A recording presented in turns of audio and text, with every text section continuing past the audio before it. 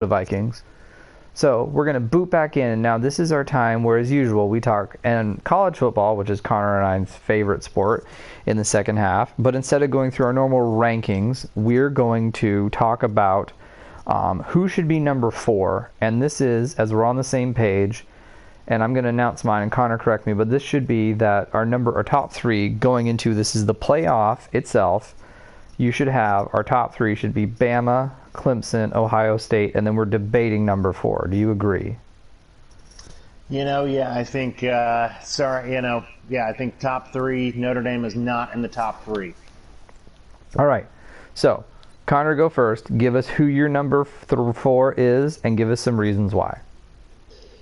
Well, number 4, you can go no further than College Station, Texas, the Texas A&M Aggies, who Kirk Herbstreit once said, when Texas A&M is winning, that is the best place to watch a college football game in the entire country. And that's coming from a guy who played at the old Horseshoe. So, I think that there are a variety of reasons why Texas A&M, as it stands today, should be the number 4 team in the country. First off, their head coach has been there before. Jimbo Fisher not only has been there before, but has won before.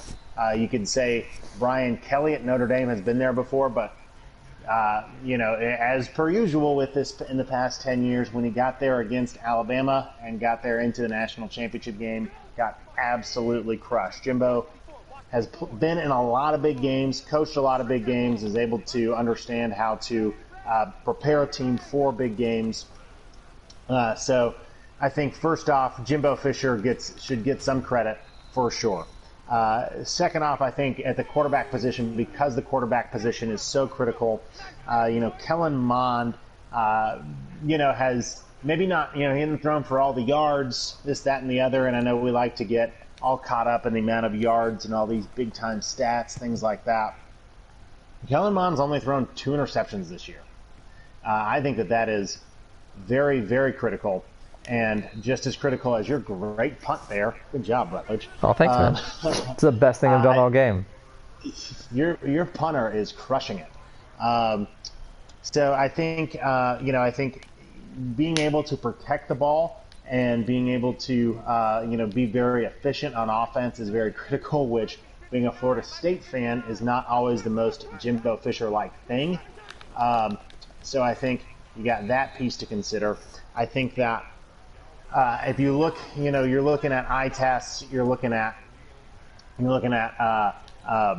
best wins of the season, right? I think that the win over the Florida Gators, although very close, I think is incredibly, incredibly impressive. Being able to win that game 41-38 there on that last second field goal is very, I think is.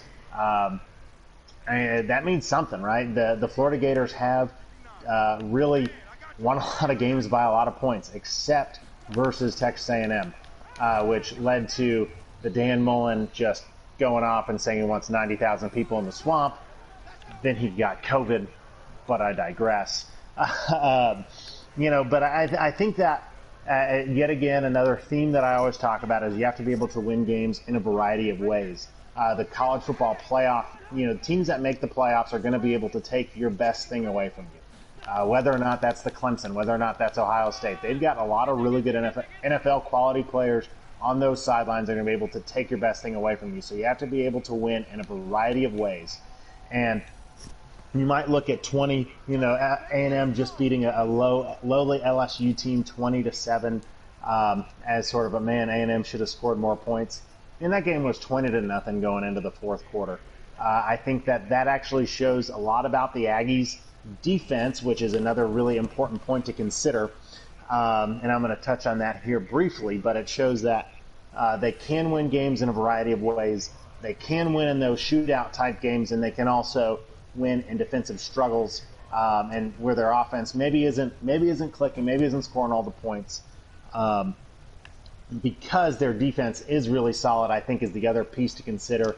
The Aggies do lead the SEC in yards per game and are third in the conference in points per game, and that does include their one loss against Alabama. So That's why I think A&M's number 4, Rutledge. But you might have a different take on who number 4 is, and I'd love to hear your thoughts. Well, Connor, I appreciate your take about number 4. Let me see if I can make a pass work. There we go. We finally threw something for a score update to everyone. I am just very sullenly sitting in my house to a 25-0 score as I suffer with the Bears. But I'm not going to suffer through my take of number 4.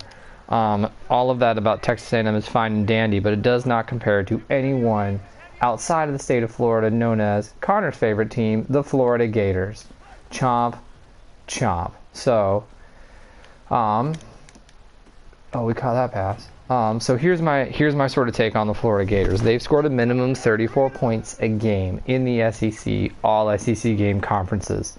That includes their loss to Texas A&M. The big thing to sort of take away about Florida, if you really want to put it out there, everyone thought Kirby Smart was a good coach until he played Dan Mullen's Florida Gators this year. Let me put that out there again. A coach who took a team to the college football championship and competed for the SEC championship against Alabama, while not well, does seem to be a legitimate college coach and not just using someone else's roster until he played the Florida Gators this year. Kyle Trask is putting up a 71% accuracy. He's a top 5 QB in yards for the year.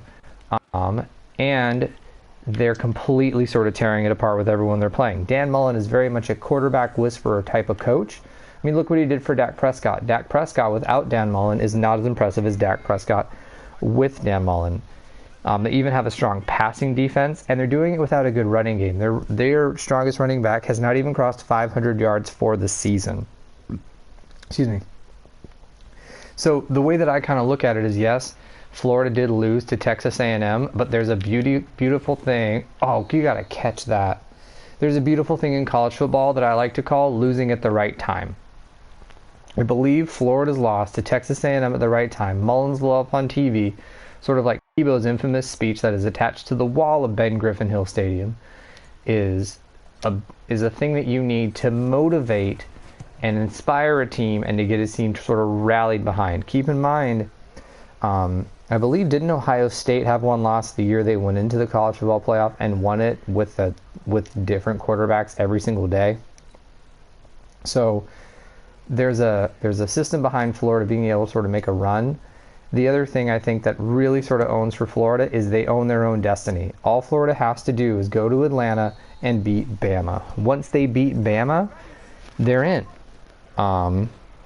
They are totally going to be fine and make their way into the playoffs, and no one's going to doubt their one loss because they're in, because they won the right games, they made the right moves, and I don't believe in A&M, which I will talk in the fourth quarter, but there's nothing really sort of outside of Florida's schedule that is going to stop them. They're beating bad teams by a lot, and I think they're going to continue to do that even when they get to playing LSU. Side hot take, I think we're seeing a sad decline of Coach Orgeron at Louisiana State University, and I like Coach O, but I think that's another show for another day. But I think Florida will handily handle LSU more than Texas A&M did over the weekend, and people will see that this is the team you really need to look for. So I'm taking the Florida Gators in their jorts, going to the playoff, making some noise. I think they'll match up really well as a 4 seed against probably a number 1 seed Clemson, because I don't think Ohio State will climb that high. And I look forward to watching that game. Wow. Dude, keep going. Oh, I'm going to keep going as I take this pick to the house. Rutledge is coming back. Rutledge is coming back. So, well, Rutledge, keep going, man. You're on a hot streak. Tell me. There we go. Tell me a little bit more about the mighty Florida Gator rushing attack. So the Florida Gator rushing attack is non-existent, but I think that's the beauty of the Florida Gators. They're not even, their top running back hasn't done it in 500 yards. So to put it on Kyle Trask's back, but he's evenly distributing the ball to his top 2 receiver choices, which is one of his wide receivers and his tight end. To do that, today's college football game is more about moving the ball in whatever way you can move the ball. Bama also has not been, now their not with Florida stats, but Bama's not running the ball as well. Steve Sarkisian is throwing that upwards, downwards, backwards, and sideways like he's back in the Pac-12. So Florida is definitely moving the ball in the right way. I think their offensive ability they have is going to carry really well when they go to the college football playoff, because Ohio State is a pass-only team, so they'll be able to defensively coach that up. Alabama is not the rushing favorites that Nick Saban used to have back in the day. And then Clemson, of course, as we saw, without Trevor Lawrence, they have nothing. So I think it slots them in perfectly for the mix of what the playoff is, and it'll make for really good football. That is quite a take. That is quite a take. As we head to our fourth quarter, want to make sure everybody who knows and everybody who's watching us make sure that they know that they can not just catch us live, but catch us on Facebook, catch us on YouTube, catch us on podcasts. There's so many opportunities to get your FriendStream Sports Fix. I don't even know how to handle that. Do you know how to handle that, Rutledge? I know that you can even participate with us live, like our good viewer Steven does week after week. Steven has a couple good takes I want to share here live on the air right now, which goes straight into our podcast. Steven calls out Kirby Smart as being just a step above Will Muschamp as a coach. That's a hot take. Oof. That's a hot springs water take, Steven, so that's a powerful one. He also says that Coach O doesn't think that Coach O's in a decline, but that Joe Burrow made Coach O look better than what Coach O was. I agree with that. Joe Burrow is a very much Ohio State level quarterback, and I think Coach O kind of just took that talent and made it work down in the state of Louisiana, as he would say. There you go. Well, Rutledge, you were so pontificating so eloquently about the Florida Gators. I don't want you to stop. Talk to me about why my pick is wrong for Texas A&M Aggies is number 4. So for all of you listening out there, this is our first ever Friends Get in a Fight. So Connor and I are going to sit here now. We're going to take our alternate picks and we're going to rip each other's picks apart. And Connor, this is about the most confrontation we've ever had in our friendship. So I hope we're still friends streaming sports at the end of this. Because once the fact that I still talk to you after you say you don't like stuffing or pie at the Thanksgiving table, I might be able to forgive this one too. Well, I'm thankful for that. All right, here we go. So Texas A&M. Here's my number one, and you can't counter this argument. And I'm gonna go and quote a great movie of Willy Wonka and the Chocolate Factory. And do you remember Willy Wonka and the Chocolate Factory? Connor, do you remember it well? Oh, I do. So there's a scene, they're in Willy Wonka's office, the tour's over, all the kids are gone, but Charlie and his grandfather, and Willy Wonka basically tells them get out and goes in his office. And the grandfather says, Mr. Wonka, what about the lifetime supply of chocolate for Charlie? When does he get that? And Wonka reads the contract to them and basically reads this entire contract in complicated verbiage and says to them, you stole a fizzy lifting drink. And he basically just shouts really loud to them, you lose. Good day, sir. And then the grandfather tries to argue back, and he just says, I said good day. And I say that to Texas A&M because you lost to Bama. You lose. You lost. Please explain to me, besides the BCS era of Bama LSU that we had, of the game of the century back in the 2000s, you lost. There's no counter argument. You can't tell me that you can lose to the team who possibly is going to go into the playoff, maybe as a number 1 seed. This is assuming that they beat Florida handedly. They would become a number 1 seed. How do you, as their loser, go in just because you were the last person to have a pity loss against them? No, you're done. So even though Texas A&M is roastering up the polls because they might look good, anyone beating LSU right now is an overrated one because LSU is not good. And hopefully for them they're in a rebuilding year, but I think it's a lot worse. The other way for them to get into the playoffs besides that is Florida. I have it right here. Florida and Clemson and Cincinnati all have to lose in order for you to make it into the playoffs. That's too many plates spinning at the same time for it to work. And then for Kellen Moore, while we say he's doing really, really well, he's not. Grayson McCall at Coastal Carolina is having a better statistical year and more of a dominant quarterback while he's not in the same division. He's having a way better impactful year than Kellen Moore is. So how is a quarterback who is playing in a different area with less talented receivers, with a less known coach, doing better than you? So it just, their win, one of their close wins, was a 17-12 Vandy win, and Derek Mason is gone. Your resume doesn't add up. It doesn't say that you're doing well. To me, it more says that, yes, you beat Florida, but Florida was figuring out. Plus, they had coronavirus struggles, which I'm going to use as saying that blows up their week. So how do you get it when Bama destroys you, that all of a sudden you get to go play for a national championship? I would rather see, I rather more support the Big Ten being ranked higher than it should be than seeing A&M going to the playoffs. Wow, that is a take. That is a take, Rutledge, for sure. And that's a touchdown. You're storming back. It's a touchdown within 8 points.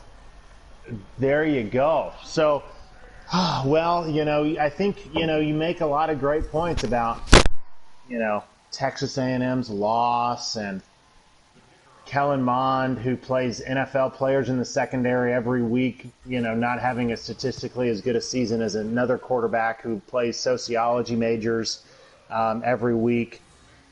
How does Florida get it? You lost to Texas A&M. Not only that, but I think that the Georgia win, although going into the season, if this conversation were to happen in August, the Georgia game looked like a much bigger and better opposition. But Florida needed Georgia to play a whole lot better than they did and a whole lot better than they have throughout the course of this SEC season for that win to look good. And it wasn't just because of how Florida, and I'll give credit to Florida. Florida picked apart Georgia's defense, but man, those Georgia quarterbacks, when the Gators played them, I mean that looked like it was not anywhere close to an SEC caliber type player or good SEC caliber type player. Here's the little dirty secret about the SEC, and that is you've got the great programs at the top that really, really, really carry it through. The whole conference isn't like full of just NFL and Mississippi State could go take it to the New York Giants. No, the top is really, really good, especially Alabama, which if your only loss is to Alabama, not a bad loss. You and I both, Rutledge, sat after the Iron Bowl this past week and were joking that Auburn was probably just going to drop maybe like 1/2 of a position in the polls. In that SEC, in that Alabama is so stinking good that man, it's not the worst thing in the world to lose to Alabama. And to say that Florida, they just all they got to do is go into Atlanta and beat Alabama. That's like saying, well, all I got to do is go hit the Powerball and go take Dalvin Cook to go take this touchdown run to the house here. Florida State Seminole, very fitting as I'm talking smack against the Gators as a Florida State Seminole puts one into the house. But I think along with the coach, I think Jimbo Fisher, as I mentioned, Jimbo Fisher has been there before. When has Dan Mullen been there? Dan Mullen has had plenty of shots throughout the SEC. Dan Mullen has had plenty of opportunities.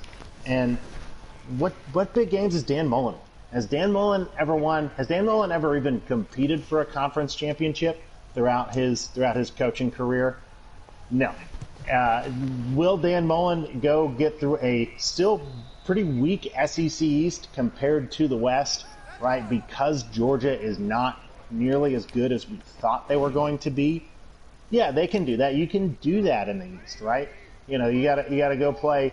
They got their Tennessee game coming up. Woohoo, right? What was it? Kim Jong-un even turned down the Tennessee job when they were trying to get a coach last year or a couple years ago.